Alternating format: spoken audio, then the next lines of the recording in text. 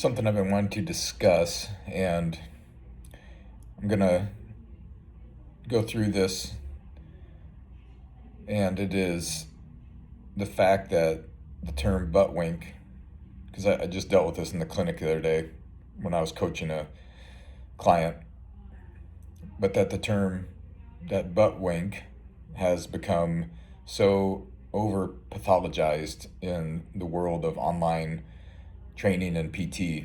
And it's actually just it's probably the most over pathologized normal movement phenomenon on the internet. Could be, who knows, making bold claims. But um, somewhere along the way, people in the fitness and rehab world took that idea that there is going to be some flexion of the lumbar spine during deep squatting and turned it into your spine will explode if your pelvis moves at all. And it's just not what is shown in the literature of biomechanics. Um, I was looking through some old research papers on this, and they were, examining lumbopelvic mechanics, squat depth, posterior pelvic tilt, which is the more clinical term for the butt wink, trunk positioning, movement, and when does movement become changes in movement become problematic versus just normal adaptations to how people move. And the big takeaway is that posterior pelvic tilting in a deep squat is absolutely normal. And of course, the internet doesn't know what nuance is, and you can't have any when you're discussing with people on the internet. So there's a difference between a normal posterior pelvic tilt and an uncontrolled trunk collapse. These are different things. So as the hip approaches end grain flexion as you're squatting deep, the pelvis is going to undergo a change in orientation. There's going to be a slight change in the position of the lumbar spine, and there's going to be a natural tilting posteriorly of the pelvis to accommodate for flexion of the hip. And this is normal variability in the movement of a human into that position. So the pelvis is supposed to move posteriorly to some degree as you squat.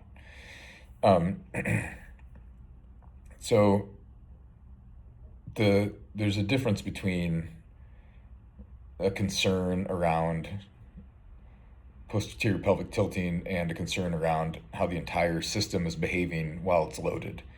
So tiny amounts of posterior pelvic tilting are not dangerous in any way. It only becomes relevant if there's a complete loss of stiffness of the trunk, if there's complete collapse of the trunk as you get into those deep positions, if you're using loads that you can't tolerate, so you're jumping ahead of yourself in your programming, if you're over fatigued, if you take a big jump in loading or intensity, if your programming is just trash because you don't know what you're doing. But those things are very different than there's a slight move of the pelvis as somebody got to a deep squat. So there's these, so then along the way, as this became over pathologized, there started to become these trends of, people need to move perfectly before they can do anything.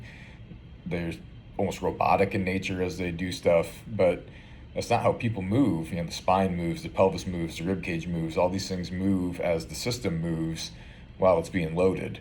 And if you're going to go for high hip flexion demands, there is going to be tilting of the pelvis to allow for it. It's just how the body works. So there is variability in movement, and that's completely normal. There's going to be individuality in movement. So as you're coaching, you have to have like a constraints and templates in your mind, but understand that everyone's going to look a little different as they do things. Everyone's going to be same but different. And the big takeaway is that there's no universally perfect squat pattern, no matter what squat college is out there or whoever wants to say so. So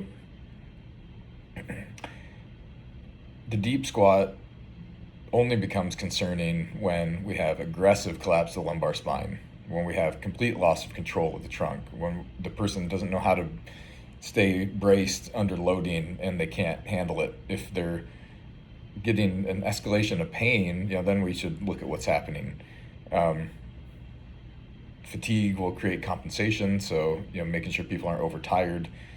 And if they're loading past their current capacities, we're going to run into trouble, and that's true of anything. So I'm not going to sit here and say that nothing matters, because that's not what I'm getting at. I'm not going into that extreme, because there are people out there that go that far the other way. But loading tolerance matters, context matters. Fatigued lifter maxing out with big trunk collapse is different from somebody with a controlled squat that has like a 5-degree pelvic tilt. We don't need to worry about that.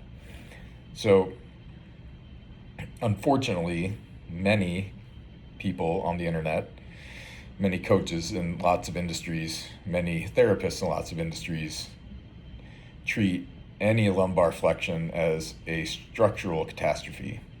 But the research on these things does not in any way support that level of fear that people try to put into their clients. So you don't need some perfectly frozen spine to squat deep. You don't need some perfectly neutral pelvis. You don't need to move like a robot. What you need is control, progressive loading, increased capacities, increased graded exposures, and good programming, intelligently programmed training. So just the body is not fragile. It's going to move, and your pelvis moving slightly at the bottom of a squat is not a problem in any way, but your inability to tolerate loading probably is. So quit